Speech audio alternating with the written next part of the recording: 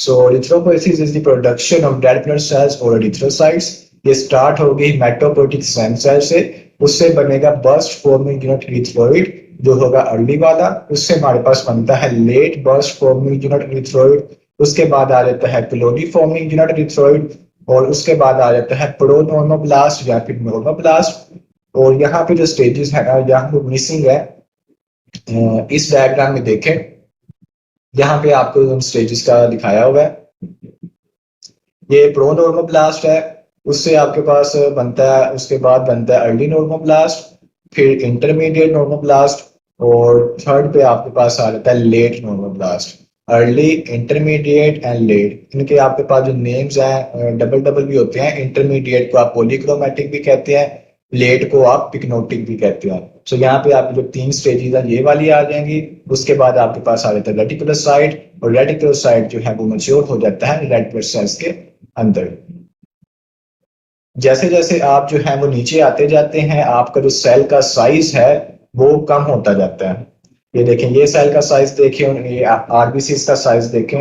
Gradually जो size है वो डिक्रीज होता जाता है, और जो डिफ्रेंशिएशन है आपके पास वो ज्यादा होती जाती है। डिफ्रेंशिएशन का मतलब है आपके पास वो डिफ्रेंशिएट सेल करते जाते हैं। नीचे जैसे आप आते जाएंगे डिफ्रेंशिएशन का लेवल है आपके पास वो भी ज्यादा होता जाएगा।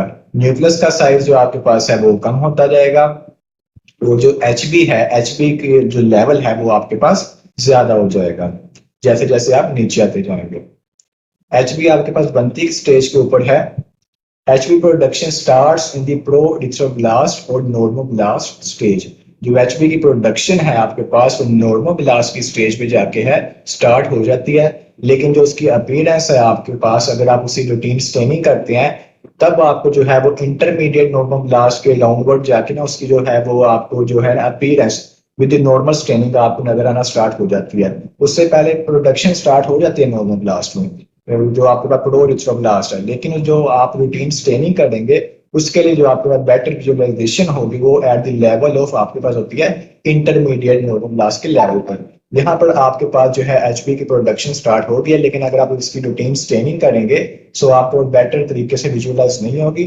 लेकिन जो अगर आप रूटीन स्टेनिंग करें उसके बाद इंटरमीडिएट के लेवल पर जाके तब आपको जो है एचपी जो है वो नजर आना स्टार्ट हो जाती है। और आपका जो न्यूक्लियस है, आपको पता है कि आपके आरबीसीज के अंदर जो है मैच्योर आरबीसीज होते हैं उनके अंदर न्यूक्लियस नहीं होता, वो ए न्यूक्लिएटेड सेल्स हैं आपके आरबीसीज हैं। ये किस लेवल पे आपके पास निकलता है, ये आपके पास जो है एमसीक्यू बन सकता है। सो आपने याद रखना है कि लेट नॉर्मोब्लास्ट की स्टेज पर आकर न्यूक्लियस जो आपके पास है वो एक्सट्रूड कर जाता है, और आपके पास जो बन जाता है वो बन जाता है रेटिकुलोसाइट। लेट नॉर्मोब्लास्ट के लेवल पर जाकर जो न्यूक्लियस है वो आपके सेल से निकल जाता है, और आपके पास जो रिजल्टेंट आपके पास चीज बनती है उसे आप कहते हैं reticulocyte.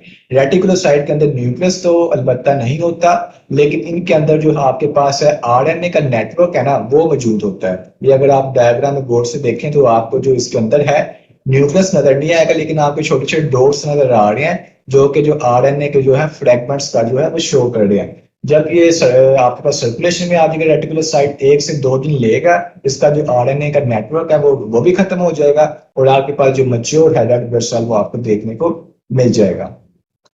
So extrusion of the nucleus होती है at the level of late normoblast. Reticulocyte बनता है आपके पास उसके नतीजे में जो कि होता है non nucleated cell. Conversion of reticulocyte to RBC कितना टाइम लगता है, 1 to 2 days लगते हैं इसमें।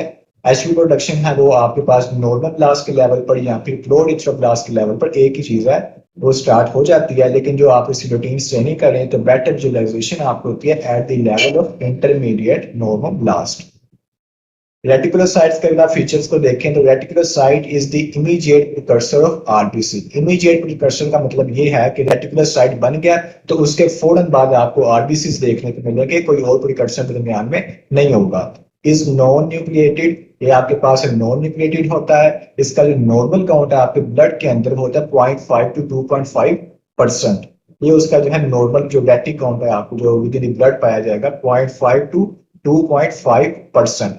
इसकी जो स्टेनिंग है आपके पास रेटिकुलोसाइट्स की, ये भी एक इंपॉर्टेंट पॉइंट है आपके पास कि आप रेटिकुलोसाइट की स्टेनिंग किस तरीके से करते हैं। तो इसकी जो आप स्टेनिंग है वो आप करते हैं सुप्रा वाइटल स्टेनिंग। ये आपको चीज याद रखनी है कि रेटिकुलोसाइट को स्टेन करने के लिए आपके पास सुप्रावाइटल स्टेन्स होते हैं, जो कि आपका जो दूसरे स्टेन्स है उनसे डिफरेंशिएट इस तरीके से करते हैं कि इसमें आप सुप्रावाइटल स्टेन्स में लिविंग सेल्स को देख रहे होते हैं, जो इसका लफ्जी मीनिंग भी बनता है। तो सुप्रावाइटल स्टेन्स आपके पास कौन से होते हैं, उसमें आपने एग्जांपल्स याद रखनी है। न्यू मिथाइलिन ब्लू आपके पास आ जाता है, या फिर जो आपके पास है ब्रिलियंट क्रेसाइल ब्लू। ये जो दो स्टेन्स आपके पास ये सुप्रावाइटल स्टेन्स है, इनके जरिए जो है आप रेटिकुलोसाइट की जो है स्टेनिंग कर सकते हैं, और आपको जो उसका अंदर जो है आरएनए का नेटवर्क होगा वो भी आपको जो है विजिबल नजर आएगा, और रेटिकुलोसाइट का जो कलर आपको नजर आएगा वो ब्लूइश कलर होंगे। दोनों के नाम में ब्लू आ रहा है तो वो ब्लूइश कलर जो आपको रेटिकुलोसाइट्स है वो देखने को मिलते हैं। एक और डायग्राम से मैं आपको ये जो चीजें हैं रिपीट करता हूँ। ये जो आपके पास ये सारी हेमेटोपोइसिस की डिटेल डायग्राम है, अगर यहाँ से देखें तो ये आपके पास है प्लूरिपोटेंट स्टेम सेल, उससे बनता है माइलोइड स्टेम सेल, तो यहाँ से आप कह लें कि CFU आपके पास GEMM है, उससे आपके पास बनेगा BFUE, अर्ली होगा और उसके बाद लेट होगा। उसके बाद आपके पास बन जाता है कॉलोनी फॉर्मिंग यूनिट इरिथ्रोइड, और उसके बाद जो आपके पास आती है चीज वो आता है प्रोनोर्मोब्लास्ट, या फिर आप उसे कह सकते हैं एरिथ्रोब्लास्ट आप कह सकते हैं। और फर्दर जो आपके पास मैंने अभी आपको नेमिंग बताई है अर्ली, इंटरमीडिएट और आपको मैंने लेट का बताया, उनके जो है एक और नाम भी है। इसे आप जो है अर्ली है इसे आप कह सकते हैं बेजोफिलिक नॉर्मोब्लास्ट है, उसकी कलर की बेस पे जो उसका कलर आएगा उसके स्टेनिंग का, उसके लास्ट से हम कह रहे हैं कि बेजोफिलिक नॉर्मोब्लास्ट है, जो कि हम अर्ली का ही दूसरा नाम है। इंटरमीडिएट जो आपके पास है उसका दूसरा नाम बनता है पॉलीक्रोमैटिक नॉर्मोब्लास्ट, और जो लेट नॉर्मोब्लास्ट है उसका जो आपके पास है जो दूसरा नाम है वो है ऑर्थोक्रोमैटिक नॉर्मोब्लास्ट। ऑर्थोक्रोमैटिक नॉर्मोब्लास्ट से आपका जो न्यूक्लियस है वो बाहर निकल जाता है और आपके पास जो है वो रेटिकुलोसाइट बन जाता है। रेटिकुलोसाइट का जो दूसरा नाम है वो है पॉलीक्रोमैटिक एरिथ्रोसाइट, और आपके पास ये जो है मैच्योर हो जाएगा, और आपके पास जो है वो मैच्योर आरबीसीज जो है आपको सर्कुलेशन में विद इन द सर्कुलेशन देखने को मिल जाएंगे। Pluripotent stem cell, myeloid stem cell, BFUs, CFU, pronormoblast, late, intermediate and sorry early, intermediate and late. उनके दूसरे नाम आपके पास है बेजोफिलिक, पॉलीक्रोमैटिक, ऑर्थोक्रोमैटिक, और रेटिकुलोसाइट आपके पास बनता है। रेटिकुलोसाइट को आप जो है वो पॉलीक्रोमैटिक एरिथ्रोसाइट भी कहते हैं। और अल्टीमेटली जो आपके पास है जो रेटिकुलोसाइट है वो मैच्योर होता है और आपके पास जो है वो एरिथ्रोसाइट है वो बन जाता है। सो ये जो सारा मैकेनिज्म है, जो सारा स्टेप्स हैं, ये आपके पास कहलाते हैं एरिथ्रोपोइसिस। एरिथ्रोपोइसिस का आपको जो है ऐसी क्लोज में बनाकर दे सकता है कि what do you mean by erythropoiesis, और उसकी जो है रेगुलेशन के हवाले से पूछ सकता है। रेगुलेशन मैं आपको भी बताता हूँ उसकी रेगुलेशन किस तरीके से होती है आरबीसीज की प्रोडक्शन की। फिलहाल जो स्टेप्स हैं आप ये स्टेप्स को याद रखें, और एमसीक्यूज के पॉइंट ऑफ व्यू से आप जो है वो याद रखें कि रेटिकुलोसाइट में आपके पास न्यूक्लियस तो नहीं होता, आरएनए का नेटवर्क मौजूद होता है। इसके अलावा न्यूक्लियस जो है निकलता किस लेवल पर है, वो ऑर्थोक्रोमैटिक नॉर्मोब्लास्ट, या फिर जो आपके पास लेट जो नॉर्मोब्लास्ट है उस लेवल पर जाकर जो न्यूक्लियस है वो एक्सट्रूड हो जाता है। आगे हम अब देखते हैं कि आपके पास जो रेगुलेशन है सारे प्रोसेस की, और रेगुलेशन किस तरीके से होती है। लाइक आपकी बॉडी में जो आरबीसीज की प्रोडक्शन है उसे कौन सी चीज है, कौन सा हार्मोन है वो कंट्रोल करता है। तो उसमें आप ये देखें रेगुलेशन उसने दिखाया हुआ है कि जो एरिथ्रोपोइटिन है वो आपकी किडनी से रिलीज होता है, और उसका जो इफेक्ट होता है वो आपके होता है जो एरिथ्रोपोइसिस के स्टेप्स के ऊपर जो आपके आरबीसीज की प्रोडक्शन होगी। होता क्या है कि आपकी किडनी के अंदर ऑक्सीजन सेंसर्स होते हैं। आरबीसीज का जो फंक्शन है वो उसका फंक्शन तो यही है ना कि आपकी जो ऑक्सीजन है उसे उसने ट्रांसपोर्ट करना है, तो बॉडी के अंदर जो ऑक्सीजन का लेवल है उसे मेंटेन करके रखना है। तो अगर तो बॉडी के अंदर जो है ऑक्सीजन है उसका लेवल कम हो रहा है तो होता क्या है कि आपकी किडनी के अंदर ऑक्सीजन सेंसर्स होते हैं, HIF अल्फा एंड बीटा, ये आपके पास सेंसर्स होते हैं। जब ऑक्सीजन आपकी जो है आपके ब्लड के अंदर जो है कम होती है ये उसे सेंस करते हैं, और ये आगे क्या करते हैं, ये peritubular interstitial cells of outer cortex को ये स्टिमुलेट करते हैं कि वो एरिथ्रोपोइटिन को रिलीज करें, ताकि एरिथ्रोपोइटिन जो है वो रिलीज होगा तो वो जाके जो है बोन मैरो के ऊपर एक्ट करेगा, और जो सारे स्टेप्स होंगे उन्हें स्पीड अप करेगा। यानी कि आपको ये देखें एरिथ्रोपोइटिन एक्ट कर रहा है BFU के ऊपर भी एक्ट कर रहा है, आपके CFU के ऊपर एक्ट कर रहा है, और आपके पास जो नॉर्मोब्लास्ट की स्टेजेस हैं उनके ऊपर भी एरिथ्रोपोइटिन का है वो एक्शन आप देख सकते हैं। सो इस तरीके से जो इरिथ्रोपोइटिन का रिलीज होता है, तो इरिथ्रोपोइटिन आपके इरिथ्रोपोसिस के स्टेप को जो है वो सारा जो है वो इंक्रीज कर देता है। इसमें आपके पास कौन से स्टिमुलाई आ जाते हैं? एटमोस्फेरिक ऑक्सीजन है। लाइक अगर आप हाइट पर जाते हैं तो माउंटेन्स पर क्या होगा कि वहां पे ऑक्सीजन का लेवल है वो कम होता है। सो तब जो है आपके पास जो इरिथ्रोपोइटिन है वो रिलीज होता है, ताकि आरबीसीज आपके पास जो है वो ज्यादा प्रोड्यूस हो और ऑक्सीजन की जो कमी है उसे कंपनसेट किया जा सके। अब जो लोग पहाड़ों पर रहते हैं उनके अंदर जो नेचुरली ये जो एक्शन है, ये प्रोसेस है, वैसे ही बहुत अच्छा होता है। तो उनके अंदर जो है एक नॉर्मल रूटीन आपके पास उनके अंदर एक बन गई होती है। सो उनके अंदर तो इतना मसला नहीं होता। लेकिन एक अगर नॉर्मल पर्सन है वो जो कि सी लेवल पे रहता है, वो अगर माउंटेन्स पे जाता है तो उसे शुरू में थोड़ी सी मुश्किल का सामना करना पड़ता है। बॉडी उसे किस तरीके से कंपनसेट करती है? ऑक्सीजन जो सेंसर्स हैं उसे सेंस करते हैं, किडनी से इरिथ्रोपोइटिन रिलीज होता है, तो वो जो जाके आपका जो इरिथ्रोपोसिस का जो सारे स्टेप्स हैं उन्हें जाके वह स्पीड अप कर देता है। So regulation of the erythropoiesis. Erythropoiesis is regulated by the hormone erythropoietin. Erythropoietin आपके पास एक हार्मोन है जो कि erythropoiesis के तमाम जो है प्रोसेस को रेगुलेट करता है। Erythropoietin is a heavily glycosylated polypeptide. Erythropoietin आपके पास जो है ग्लाइकोसाइलेटेड एक पोलीपेप्टाइड है। ये जो है 90% जो है ये आपकी किडनी से प्रोड्यूस होती है और 10% जो है लीवर से या फिर एलोस्फेयर से आपसे प्रोड्यूस होती है। लेकिन जो मेजर पोर्शन है 90% जो आपके पास है वो आपकी किडनी से आता है। Normally 90% of the hormone is produced in the peritubular interstitial cells of the kidney and 10% in the liver and elsewhere. There are no preformed stores and the stimulus to erythropoietin production is the oxygen tension in the tissues of the kidney. वो कह रहा है कि आपके पास जो erythropoietin है इसका कोई प्री फॉर्म्ड आपके पास स्टोरेज नहीं होता। यानी कि ऐसा नहीं होता कि आपकी बॉडी ने जो है इरिथ्रोपोइटिन जो है बना के वो स्टोर कर लिया और आपकी किडनी के अंदर वो भी स्टोर हो गया। तो ऐसा कोई सीन नहीं होता। इसके आपके पास प्री फॉर्म कोई स्टेट नहीं होती, ये आपके पास कंटिन्यूसली बनता रहता है। जब इसे स्टिमुलस मिलता है, स्टिमुलस क्या है? वो कह रहा है oxygen tension in the tissues of the kidney. अब किडनी के अंदर जो है वो ब्लड सप्लाई काफी जो है अच्छी होती है, काफी ज्यादा वो जो है आपकी कार्डिक आउटपुट का हिस्सा लेती है किडनी। सो उसमें जो है अगर तो ब्लड काफी ज्यादा आ रहा है, उसमें ऑक्सीजन रिच है, तो तब वो जो है इरिथ्रोपोइटिन जो है कम रिलीज होगा। लेकिन अगर ऑक्सीजन का टेंशन आपके ब्लड के अंदर कम है तो किडनी उसे सेंस करेगी और उसके नतीजे में वो जो है इरिथ्रोपोइटिन की जो प्रोडक्शन है उसे स्टार्ट कर देगी और उसे आपको जो है बॉडी में जो है वो रिलीज कर देगी। अच्छा, नेक्स्ट आपके पास है जी हीमोग्लोबिन। हीमोग्लोबिन का आपको पहले से कंसेप्ट होगा, लेकिन उसकी टाइप्स के वाले से आपने जो थोड़ा सा देखना होगा। हीमोग्लोबिन आपके पास उसका फंक्शन क्या है? आपके पास जो हीमोग्लोबिन है वो ऑक्सीजन और जो कार्बन डाइऑक्साइड है उसको ट्रांसपोर्ट करता है। The main function of the red cells is to carry oxygen to the tissues and to return carbon dioxide from the tissues to the lungs. RBCs हैं, RBCs के अंदर HB होगी, haemoglobin होगी।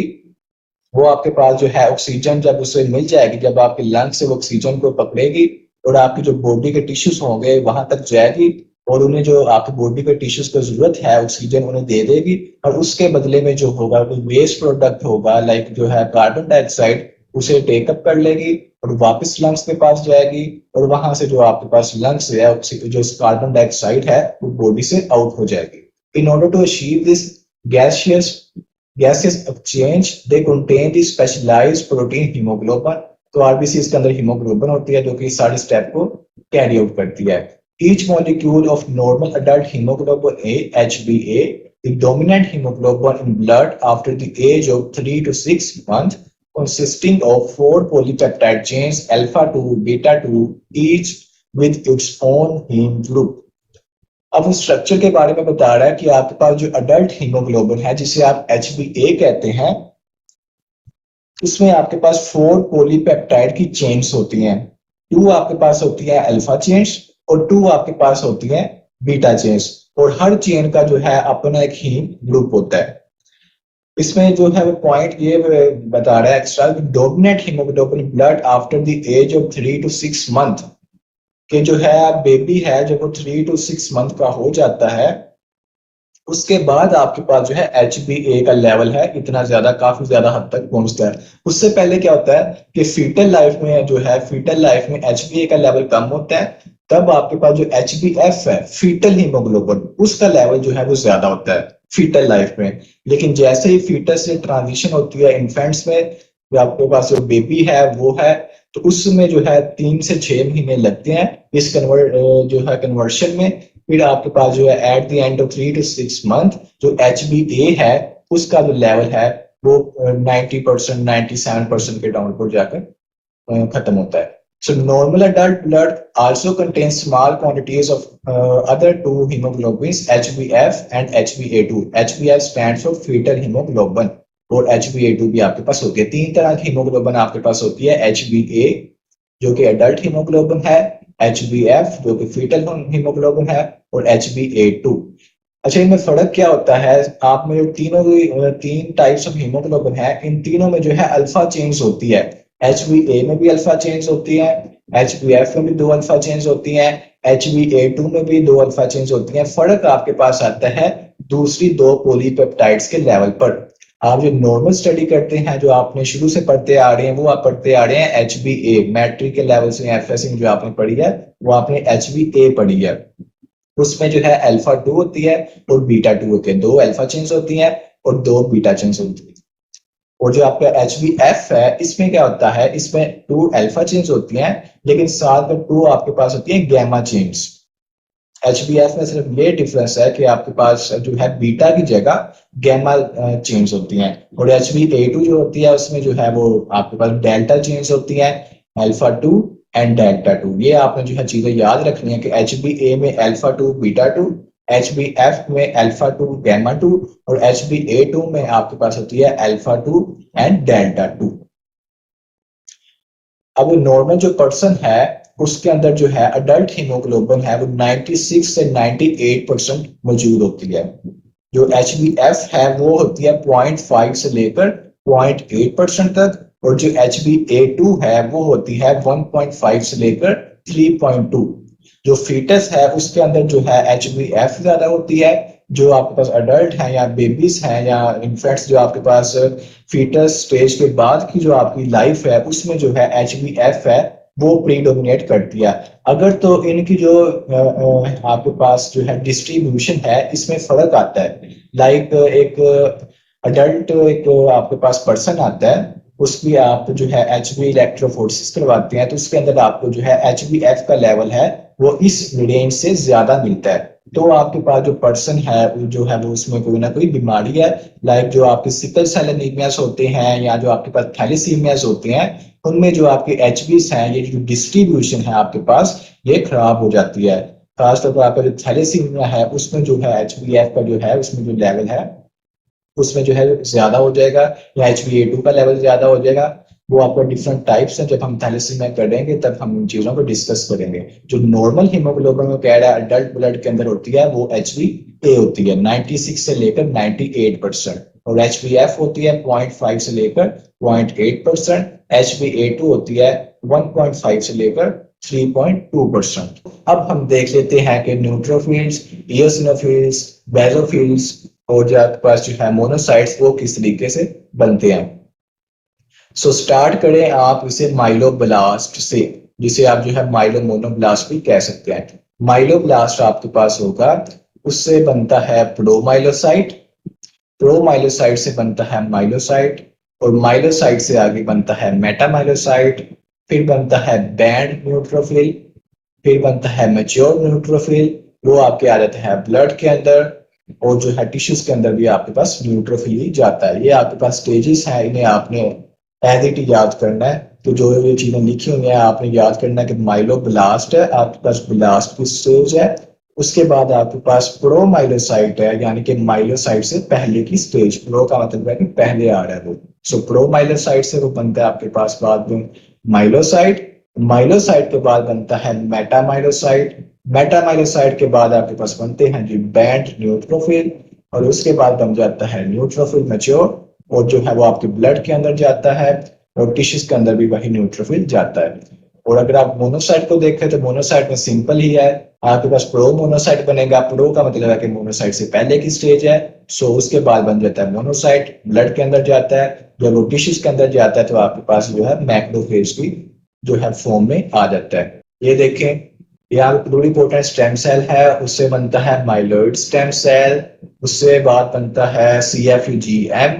CFUG पे आ जाए, उसमें आप देखेंगे CFUG में किस तरीके से ये माइलोब्लास्ट है, जो मैंने अभी आपको स्टेजेस दिखाई हैं, माइलोब्लास्ट है।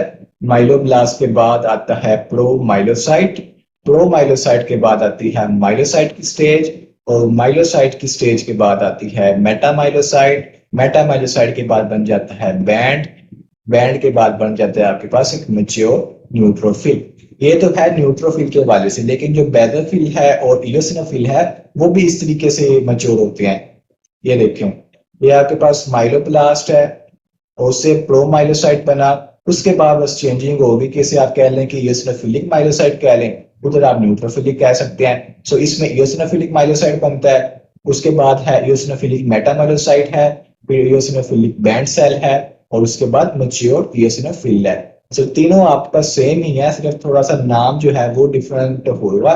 जहां पर न्यूट्रोफिल की बात करेंगे आप कह देंगे न्यूट्रोफिल माइलोसाइट है, जहां पर इयोसिनोफिल का आपने जिक्र करना आपने कह देना इयोसिनोफिल माइलोसाइट है। इसी तरीके से आपका बेसोफिल है, माइलोब्लास्ट से बनता है प्रोमाइलोसाइट, माइलोसाइट से बनेगा बेसोफिलिक माइलोसाइट, और बेसोफिलिक आपके पास बाद में बन जाएगा मेटामाइलोसाइट, उसके बाद बनता है बेसोफिलिक बैंड सेल, और लास्टली आपके पास जो मैच्योर है आपके पास बेसोफिल है वो बन जाता है। सो ये आपके पास इस तरीके से जो है वो माइलोपोइसिस के स्टेप्स हो रहे होते हैं। न्यूट्रोफिल का जो जनरली होता है ना, न्यूट्रोफिल को वो एज ए बेस आपके पास मॉडल प्रेजेंट करते हैं।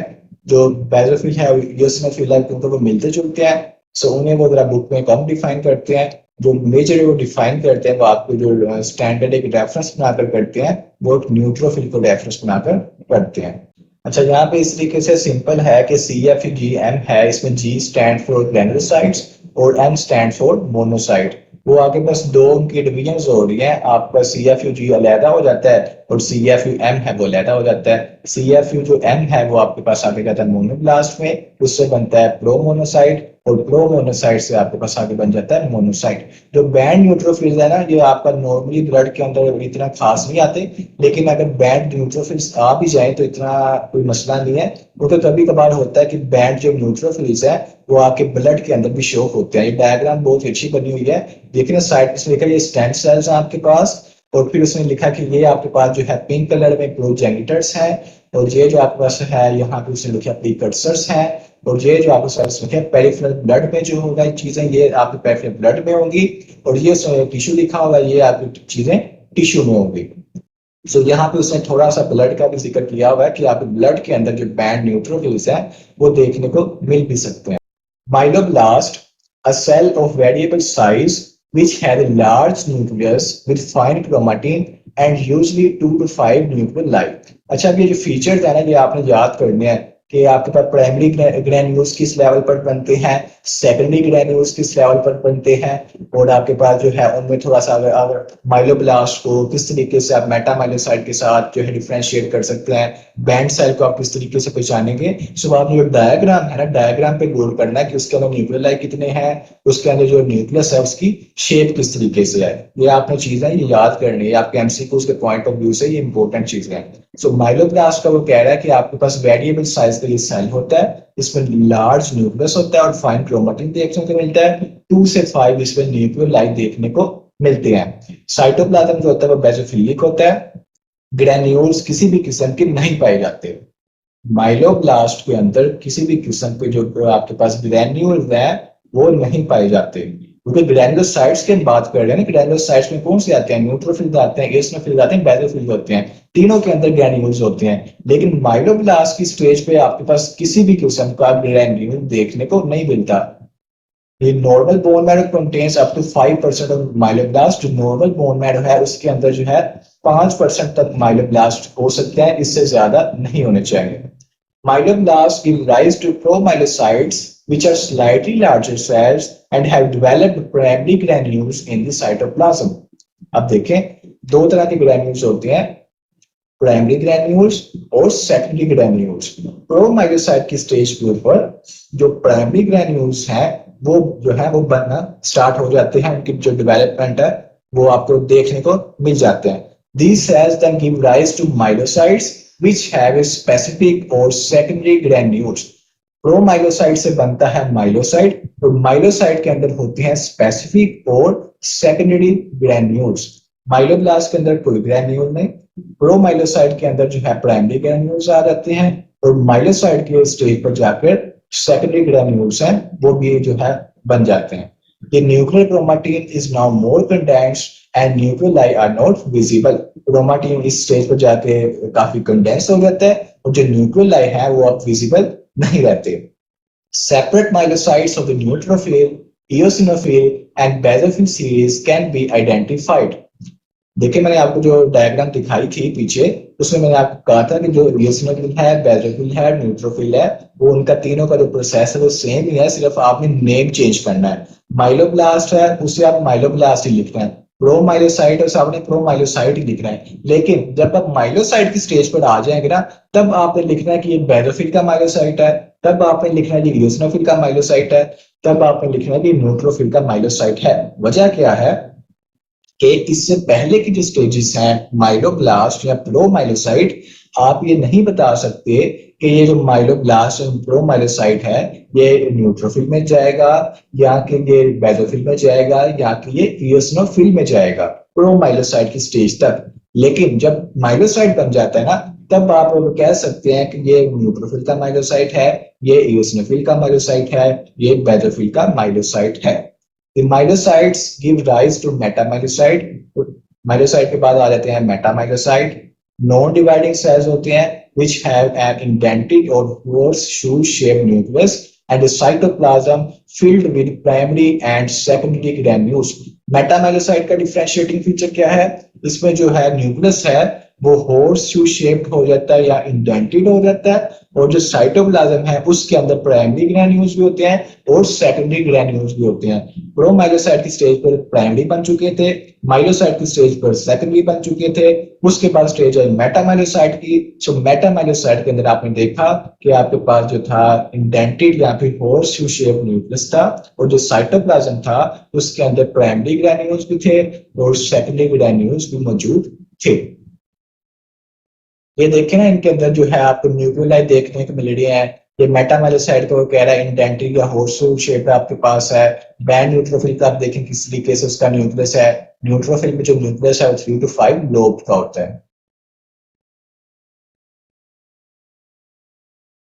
उसके बाद मेटामाइलोसाइट की स्टेज के बाद आ जाते हैं न्यूट्रोफिल, जो है बैंड न्यूट्रोफिल आप उसे कहते हैं, यहाँ से स्टैब न्यूट्रोफिल कहते हैं, या फिर जुवेनाइल न्यूट्रोफिल आपसे कहते हैं। 3 नाम है एक ही चीज के, बैंड न्यूट्रोफिल, स्टैब न्यूट्रोफिल और जुवेनाइल न्यूट्रोफिल।